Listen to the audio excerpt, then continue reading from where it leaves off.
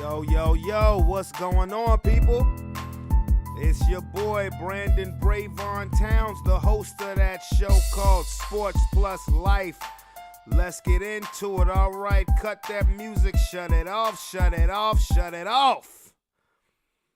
This, I guess, is what I would call a special episode because it is Monday, December 3rd, 2018.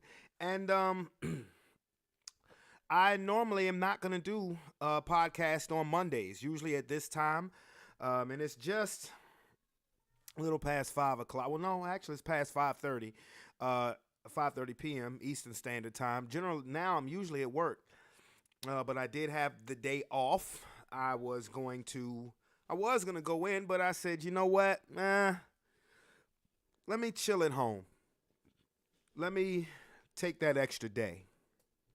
And I was just sitting there, chilling, and I said, you know what, why not? Let's go ahead and knock one out because it's a lot to talk about. It's a whole lot to talk about. So I hope everybody had a good weekend. I hope everybody had a safe weekend. Again, if you are a first-time listener, or even if you're not a first-time listener, if you have not yet subscribed yet, go ahead and click that subscription button. Click that subscribe button. Again, this is Sports Plus Life. I am Brandon Brevon Towns. Happy to have you listen. All 10 listeners. I love y'all, man. I love y'all. But let's get it on. Let's do this. Where that buzzer. All right, I'm going to tell you where we're going to start. We are going to start with the events that happened Saturday night at the Staples Center in Los Angeles, California. It was fight night. And I'm going to be honest with you, it was an amazing fight for the WBC and Lineal Heavyweight Championship of the world between Deontay, the Bronze Bomber Wilder, and the Gypsy King Tyson Fury. Now on Saturday afternoon, I came on here and I said I was calling Deontay Wilder for a knockout, a late fight knockout. But what the events that occurred was simply amazing. It was an amazing fight. I don't know if you watched it or not. I don't know if you've heard the aftermath of the fight, but I will say this: Tyson Fury is something else. The fight ended in a draw. Now, usually what happens, when fights big fights end in draws, I always have a problem with that. Like the first Triple G and Canelo fight, the fight that ended in a draw. I thought that was such a load of bullshit because clearly Triple G had won. I thought Triple G won both fights, to be honest with you. I thought he has gotten hosed twice by Canelo Alvarez. And but when this fight was announced a draw, I couldn't do nothing but take my hat. I couldn't do nothing but applaud, because there were no losers in this fight. Both men elevated themselves in this heavyweight championship fight. This really lets you know, to people who think that boxing is dead, hell no. Boxing is alive and well, and when you get a performance like that by the heavyweights, historically the glamour division in boxing, over the past 10 years, the welterweight division has kind of took its shine. Ain't no kind of to it. It has taken its shine because of the long, boring run of the Klitschko brothers, just being honest. But now, there has been a total injection of youth, an injection of excitement in the heavyweight division. Again, Tyson Fury and Deontay Wilder were both undefeated coming into the fight, fought their asses off, and are undefeated leaving out the fight. And the amount of respect that was shown was just absolutely wonderful. But let me basically give you a breakdown of this fight. Lord, I wish I was in Staples Center Saturday night. Oh, my goodness. For one, it was star-studded. I mean, I had to fight. I ordered the fight, and I definitely got my money's worth. Um, okay, Tyson Fury outboxed Deontay Wilder. He's simply out to be a man, and I told you, I said to you guys that he's a slick boxer. He's a very slick boxer, but to be 6'9", 256 pounds, and be as nimble on his feet, and just slippery, just slick. It was really something to behold. Now, like I said last week, he's not a power puncher.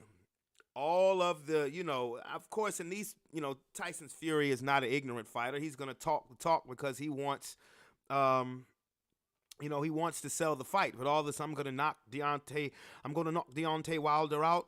I didn't believe that because I've seen Tyson Fury fight. He's not a power puncher. But I knew he could box, but he is a master boxer. He is a master boxer.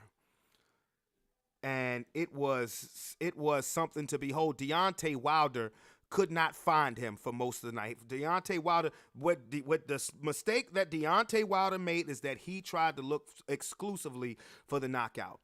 And Tyson Fury was piling up points. Deontay Wilder would win around here or there, but coming into the second half of the fight, after the 8th round, matter of fact, I had one of my homeboys over. After the 7th round, I simply said, if Deontay doesn't knock him out, he's going to lose. I said he has to knock him out. He has to at least, or he has to put him down a couple of times, or he's going to lose. I said because Fury was outclassing him. And at the end of the 8th round, Deontay Wilder shortened up on a right cross that landed pretty good right before the end of the round. And I said, you know what? I think he may have just figured it out. Now let's see what's going to happen. And sure enough, early in the 9th round, he caught him with a right hand and kind of behind the ear. Didn't really seem to hurt Tyson Fury, but it did knock him down. He didn't appear hurt at all. And he got up. Wilder came roaring at him, swinging for the fences. When he swings, I think of Rocky 3, when Clubber Lang would swing at Rocky, and you would just hear, woo, woo, woo, woo. You would just hear the wind. You would just hear the wind because he was throwing so powerful. And Deontay Wilder just came at him that way. But Tyson Fury, who was clowning a lot of the fight, putting his hands behind his back, sticking his tongue out, I was like, all right, keep on. By this time, I'm like, before the knockdown, I was like, damn, he might be on to something. But when he did that after he got knocked down, I said, come on, Deontay, finish him. Even though I knew he wasn't hurt. And he went right back to the 10th and 11th round. He responded like a champion. Tyson Fury controlled the rounds. And coming into the 12th, I said, I don't know, man. I said Deontay Wilder, I don't know if he's going to need a knockdown or a knockout, and he's going to have to drop him. He's going to have to drop him or he's going to lose. He didn't put enough rounds in the bank. I say about less than a minute into the 12th round, Deontay Wilder threw a cock back, hit him with a right hand, full power behind the ear, and then a left hook on the side of the head, and Tyson Fury just looked like dead weight, just dropped flat on his back. As soon as he landed that punch, I dapped my homeboy up. I said, good night. He is out. And damn it to hell, as the count got to about 6, Tyson Fury all of a sudden pops up like he's Kane or The Undertaker and gets to his feet by the count of 9. There's been some dispute of the count, that the count started too slow. I will say this. You're supposed to count as soon as you hit the canvas. I think the referee, Jack Reese, may have been a second behind, which would have been a count of 10. But I'm going to be honest with you. I wasn't sure. What I was thinking was that the referee may have been thinking, should I even count? Because he was flat on his back. And motionless.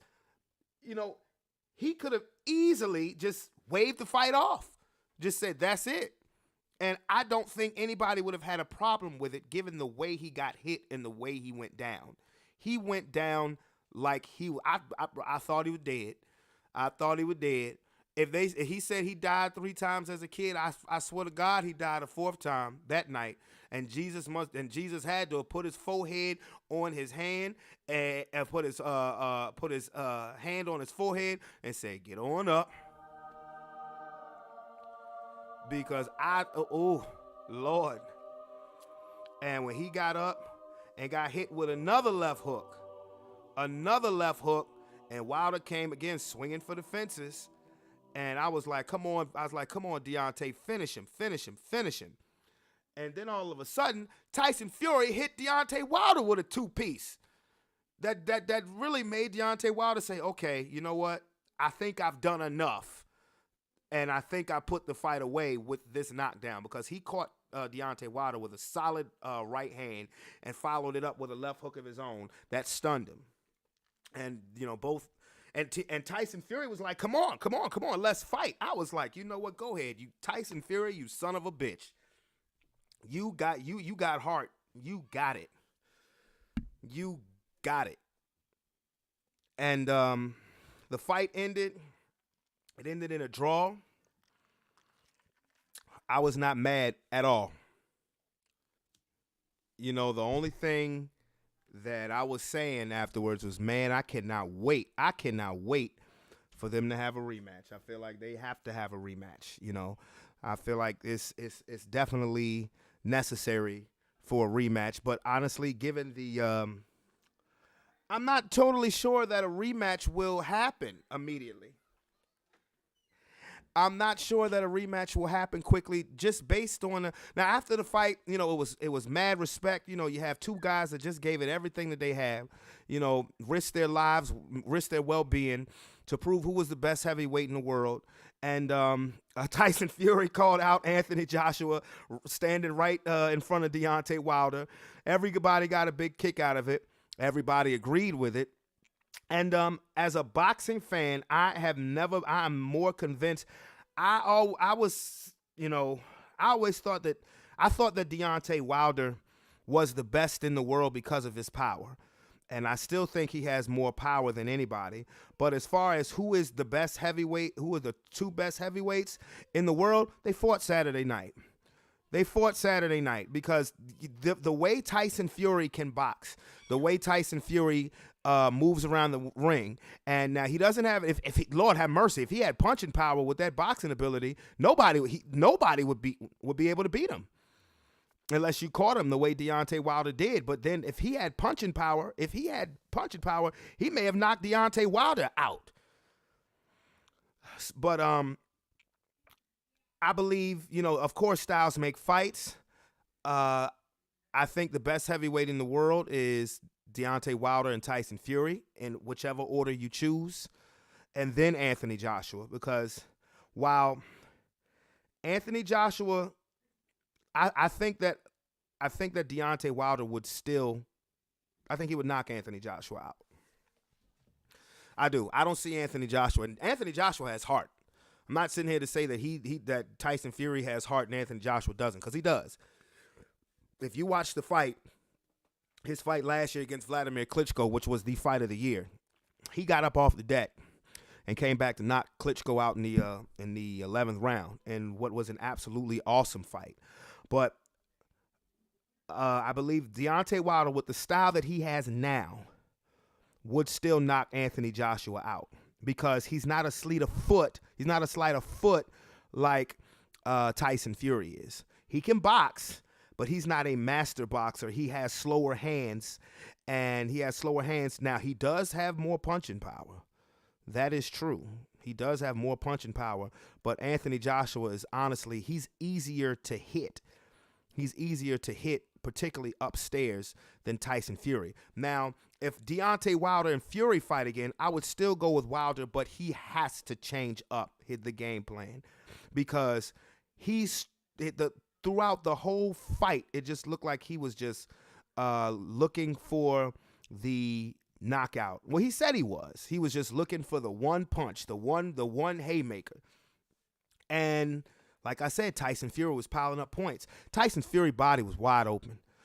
Deontay Wilder said, next time I'll be more patient. Bro, you couldn't have been more patient because you were stalking him in the ring, but you weren't throwing enough punches. When Tyson Fury was up against the rope, he's throwing looping punches trying to go to the head.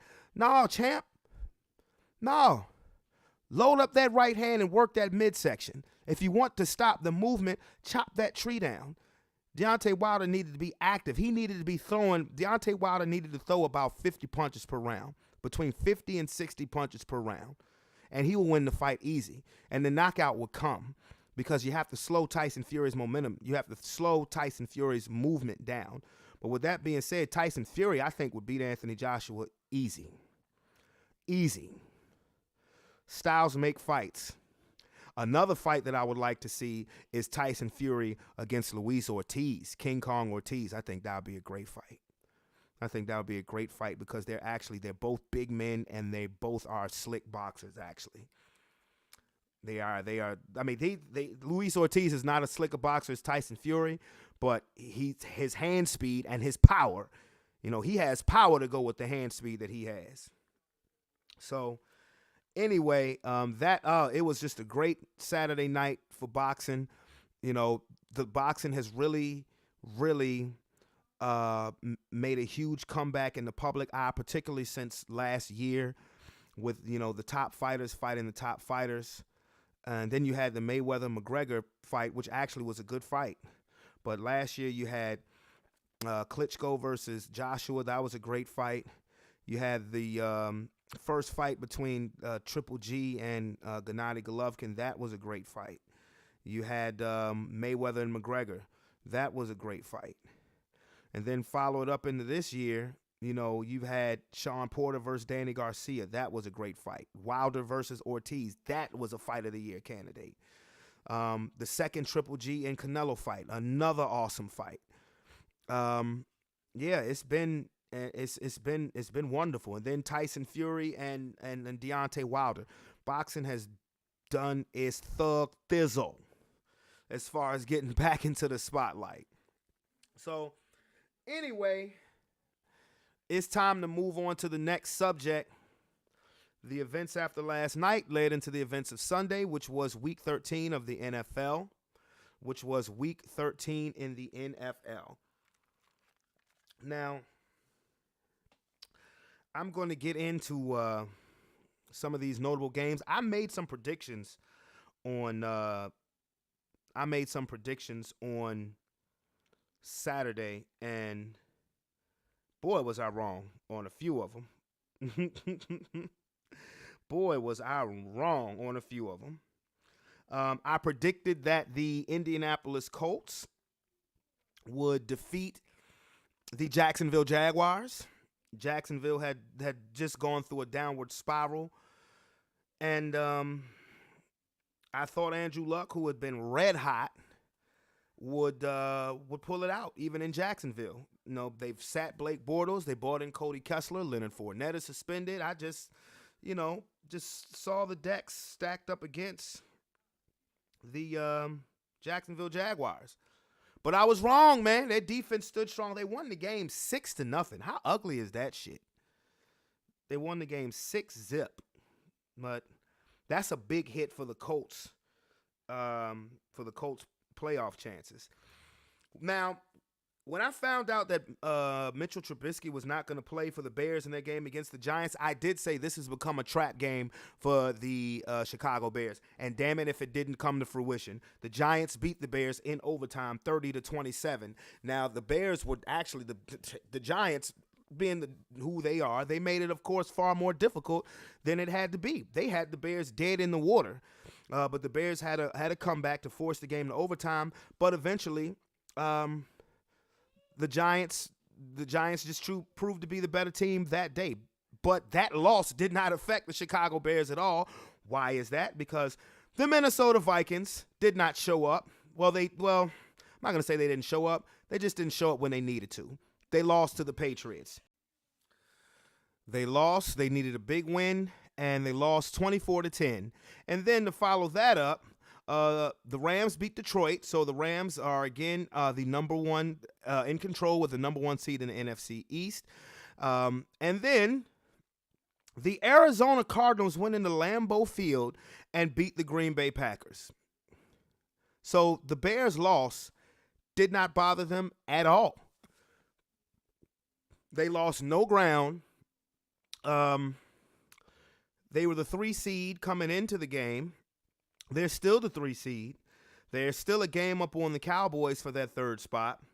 And so really, you don't like to lose, but you didn't lose any ground. And the Packers losing to the Cardinals cost Mike McCarthy his job. The longtime coach of the Green Bay Packers, 13 years, was fired after yesterday's game. And honestly, ain't no excuse for you losing to a sorry-ass team like the Arizona Cardinals on your home turf. That just can't happen.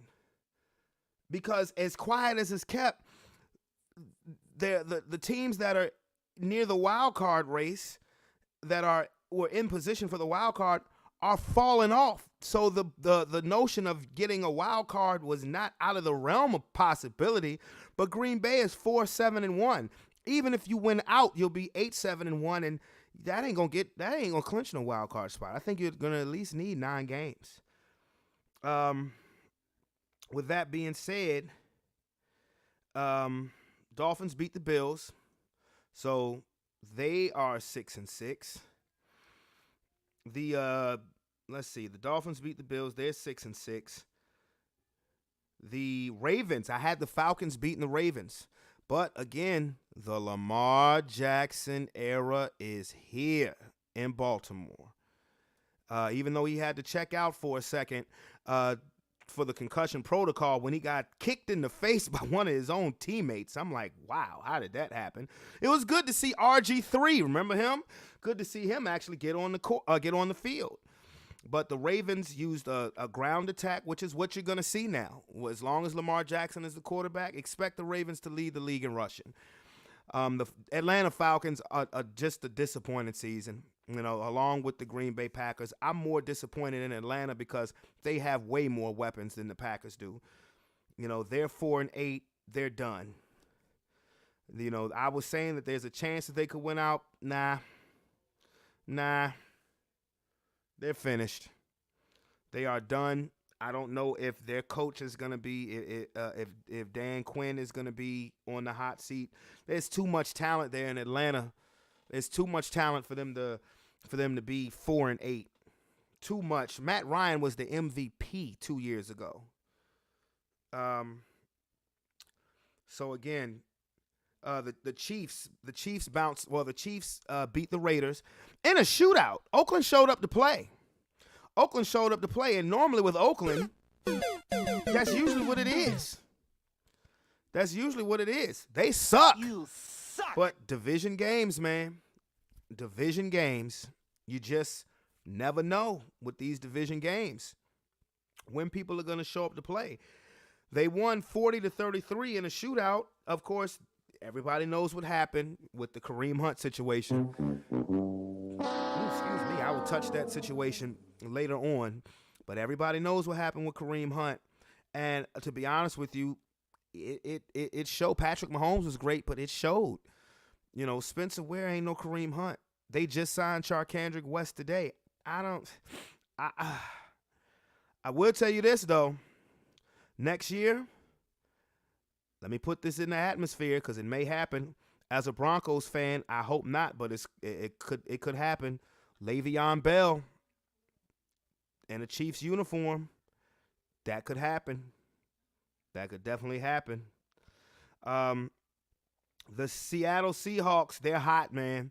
They're hot. People need to really stop and give Russell Wilson the respect that he deserves. Russell Wilson is a damn good quarterback. He has been awesome.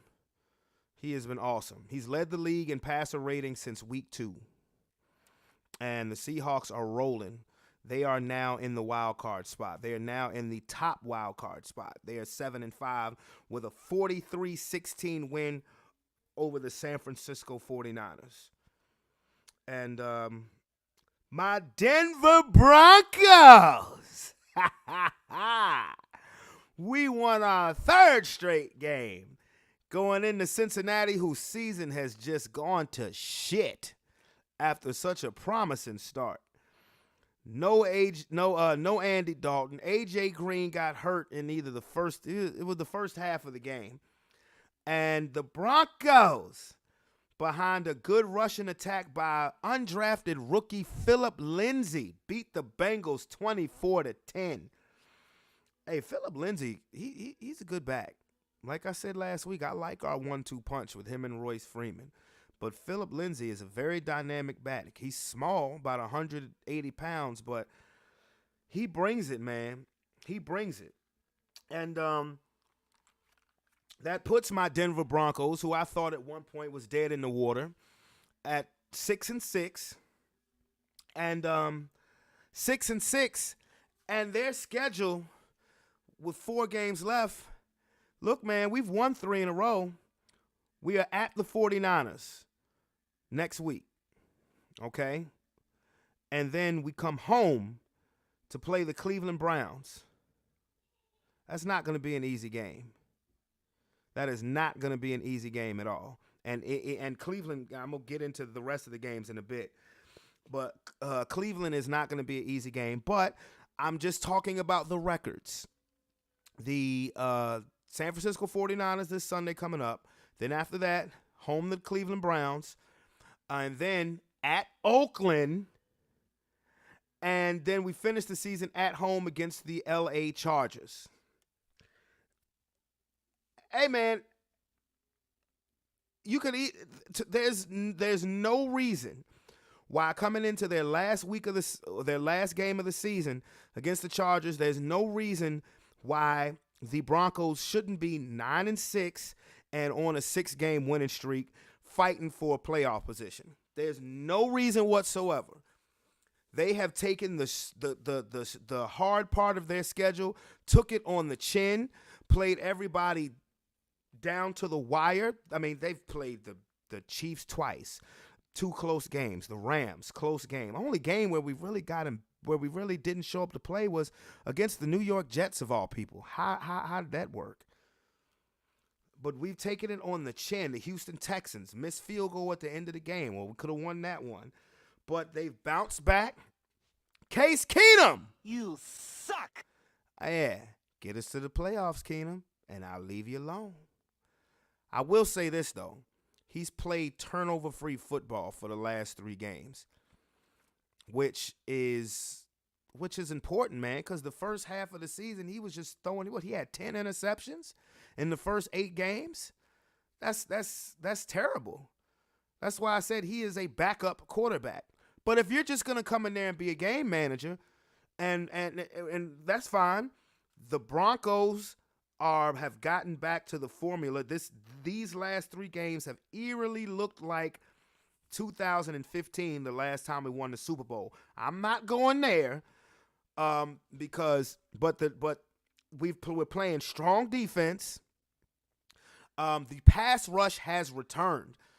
Von Miller has 12.5 sacks. The rookie Bradley Chubb has 10 sacks. Shelby Harris is who intercepted Ben Roethlisberger last weekend. He's got a few sacks. We're not healthy on defense. We're not as healthy as I'd like to be. Chris Harris Jr. breaking his fibula, that hurts. That really hurts because he's the best slot cornerback in football. That really, really, really hurt because Chris Harris Jr. has been an All-Pro. He's the stalwart of that defensive backfield. Derek Wolfe left with an injury. Brandon Marshall did not play. Tremaine Brock did not play. We got to get him back on the field. If I was the Broncos, because now you have to depend on Bradley Roby and the rookie Isaac Yandom, who to me has been no. You suck. The guy who's supposed to replace Aqib Talib, no.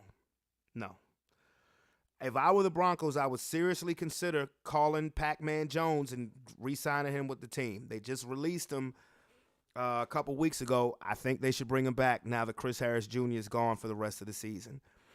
But still, with all that being said, the pass rush has returned. You know, they're getting at the quarterback. We're playing tough, stingy defense. And Case Keenum is being a game manager. He's not doing anything spectacular, but he's not losing the game for us either. Good to see Cortland Sutton have a great game. The rookie who was the main reason why Demaryius Thomas is no longer in orange and blue. But the Broncos, man, you better watch them. Better watch us. And let's see. Oh, the Carolina Panthers. Oh, Lord. I remember I told y'all last week the Panthers defense does not shut the door. Cam Newton yesterday was all on him. 4 interceptions against the Tampa Bay Buccaneers. Actually keeping Tampa's slim playoff hopes alive because Jameis Winston played a pretty good game. But Carolina at one point was 6-2. They are now 6-6, right now out of the wild card spot. And they fired a couple of positions coaches today. That means Ron Rivera, you probably on the hot seat, bro. Titans beat the Jets, keep their playoff hopes alive. The Chargers came back from a 16-point halftime deficit to beat Pittsburgh in Pittsburgh on Sunday Night Football. How about that? So the Steelers, after winning 6 in a row, have now lost 2 straight. And they have fallen into the 4th spot by themselves.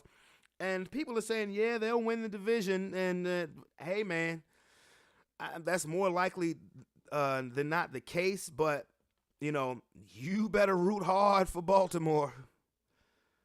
You better root hard for Kansas City against Baltimore. And I think that Baltimore has a remedy that can give the Chiefs a lot of problems in this upcoming game.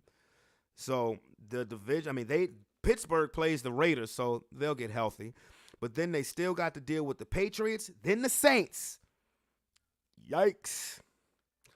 So I don't know, but Pittsburgh, Mike Tomlin always does seem to have his troops ready when adversity is coming. But I don't know.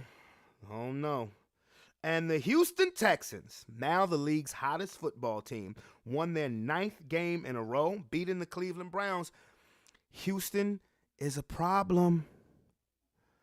Deshaun Watson is the truth. That defense is legit. I'm just telling it how it is. The Texans are going to be a problem. So that is your Week 13 wrap-up. Quickly, let me go into college football. The playoffs were announced. When you last heard from me, I was in the middle of course, doing this and watching the SEC championship game where Georgia at one point was up 28-14. And guess what? You guessed it. They blew it. So, of course, the stank-ass Crimson Tide are the number 1 seed, followed by Clemson, Notre Dame, and Oklahoma. Well, it is what it is. Their game versus Alabama will have to play Oklahoma, which will be offense versus defense because Sooners don't play no damn defense. The way I see that game going is it'll be an entertaining first half, but class will tell overtime Alabama will wear them down. I hope Oklahoma wins, but I'm being realistic. So basically what this is lining up to be is Clemson versus Alabama all over again. In a nutshell. That's what this is turning into again. Let's have our annual Clemson versus Alabama national championship game. And that's pretty much it for me with college football. So, with that being said, it was a hell of a weekend in sports, but now I got to touch on the real sensitive subject. So, where's that buzzer? Now, everybody is well aware what happened with the tape surfacing about Kareem Hunt. And, of course, he was released by the Kansas City Chiefs. I'm not going to go over the details of the video again because I did that on Saturday. I'm pretty sure every real diehard sports fan has heard it ad nauseum. But I really started thinking. And again, what I was talking about Saturday is how we are in an unforgiving society. I was listening this morning, laying in the bed, listening to Undisputed, and the moderator for Undisputed saying that he should never get to play in the NFL again. Sounding real, echoing exactly what I was saying on Saturday. Sounding real stupid. And look, I love Shannon Sharp, man. Of course I'm a Bronco fan, but I love Shannon Sharp. Shannon Sharp pretty much put her ass in check and said, wait a minute. Why does it just have to be pro athletes who can't get to do their livelihood anymore? He said, if we're going to do that, then any doctor, any lawyer, any teacher, any fireman, police officer, whatever, who commits domestic abuse should be gone from their profession. She couldn't agree with that. But athletes are held to a higher standard. Who cares? Right is right and wrong is wrong. And like I said, if we truly believe that slogan, everybody deserves a second chance, then why are you, the moderator from Undisputed, sounding just like what I was talking about when I say this society, when you mess up, particularly as an athlete, and I'm going to say it, particularly as a black athlete, you are thrown out to the wolves. People don't want to hear from you again. That is how people who mess up get into even worse stuff when you feel like somebody doesn't have your back. I'm going to be real with y'all. I would not have cut Kareem Hunt. The NFL and the Kansas City Chiefs, the NFL is such a reactionary league. You know, they care. I mean, you know, they don't want to look bad to the public, and I can understand that. But then, of course, you know, another part of the story came out about that he wasn't, you know, truthful during the offseason when the Kansas City Chiefs asked him about it. Okay, I understand that too. But you're talking about a 23-year-old who made a mistake, made an error in judgment. Nobody got arrested. Nobody got hurt. No charges were filed. None of that. So you're talking about a 23-year-old kid who once it dawned on him, so when it probably dawned on him, whether somebody had to tell him or whatever, what he was in jeopardy of losing, he probably did not want to, he did not want to come forth and tell the Kansas City Chiefs what had actually happened because he knew what the end result was going to be. He knew the end result was going to be they were going to release him. And as crazy as this might sound, the best thing for the Kansas City Chiefs, honestly, was probably that he lied to them. Because like I said, the NFL cares so much about public opinion and public appearance. If he had told them what had happened and they decided to keep him, which I wouldn't have faulted them at all, and they decided to keep them, then this video surfaces from TMZ. And how the hell did they get access to everything? Well, they're the public version of the FBI. I mean, but if they decided to keep him, then if he had been truthful and they decided to keep him, then the video gets released. Imagine what would be being said about the Kansas City Chiefs today. So the best thing for the Chiefs' public image is the fact that he did lie to him, that Kareem Hunt did lie to them.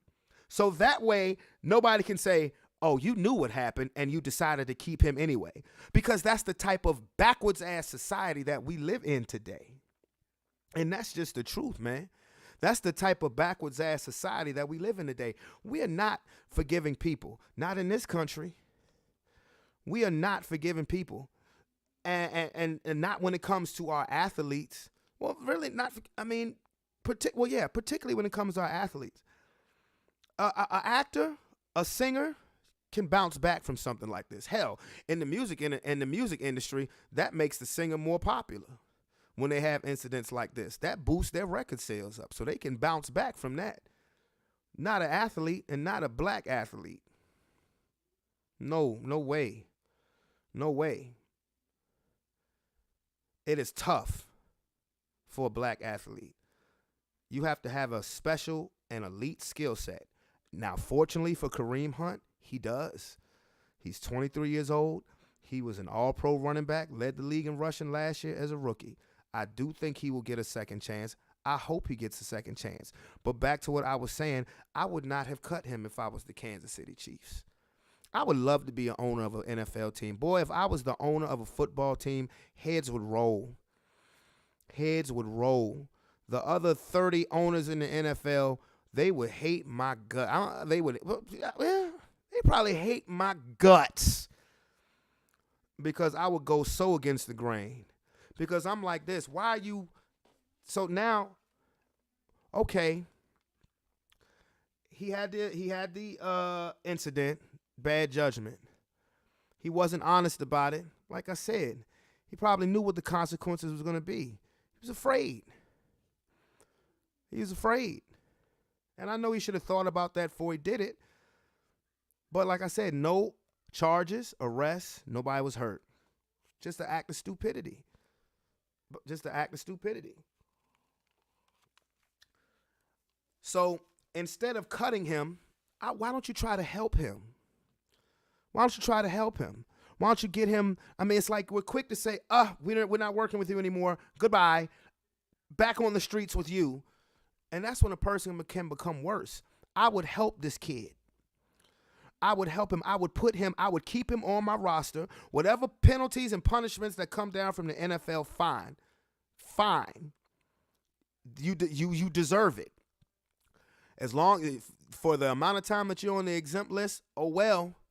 Because after that, you're going to have to serve a mandatory suspension. Fine. But during that time, you're going to have mandatory therapy sessions, counseling sessions. You will attend interventions about domestic abuse during this whole time while you're off the field. And then on top of that, when you get back on the field, your first year's worth of game checks, your first 16 checks from the regular season, half of your checks you would donate to a fund. You would donate to a charity for domestic abuse, a charity of your choice. That's how I would deal with that. Let's really rehabilitate this kid and get him the help that he wants to get instead of just tossing him out and being done with him like this fucked up ass society tends to do. That's what I would do with Kareem Hunt. He would be going to meetings, therapy sessions, interventions while he's off the field. When he gets back on the field, his first year's worth of paychecks, half of it will be donated to a domestic abuse charity. We got to stop giving up on everybody when they make a mistake, whether you're in the public eye or not. Because there's several people out here that's screaming he should get another chance. He should never get another chance. That has done some fucked up shit they self. So that's just me. Anyway, I'm about to get out of here. Watch this Monday night football game. Eagles versus the Redskins. I got the Eagles winning. I will see you guys on Thursday. This has been another wonderful episode of Sports Plus Life with your boy Brandon Brevon Towns. Again, hit that subscribe button. Peace, and I'm out.